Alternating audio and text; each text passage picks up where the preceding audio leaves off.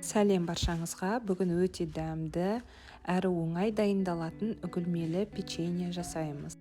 Алдағы жаңа рецепттерді жіберіп алмау үшін менің каналыма тіркелуді ұмытпаңыз.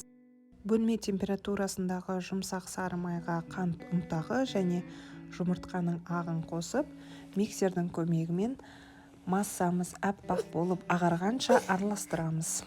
Массаның көлемі 2 есе ұлғаяды.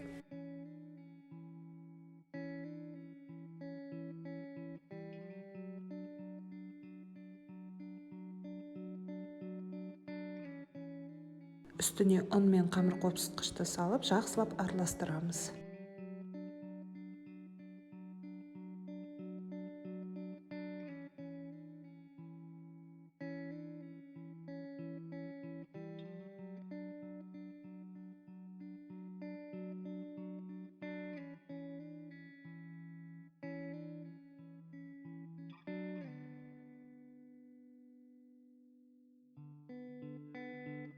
Бір келкі қою масса болып шығады.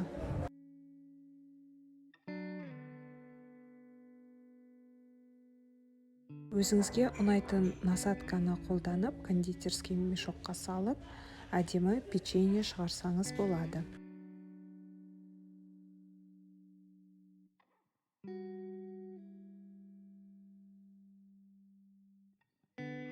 Формаға пергамент қағазын төсеп, үстіне өзіңізге ұнайтын печеньенің формасын шығарамыз. Менде осындай дөңгелек формада жасадым.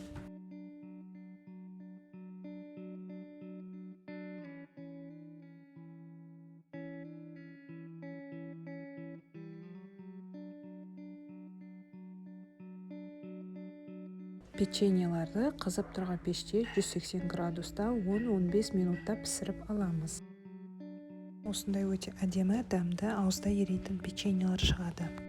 Астарыңыз дәмді болсын. Рецепт ұнаса лайк басып, комментарий қалдыруды ұмытпаңыз. Сіздермен болған Құндызай.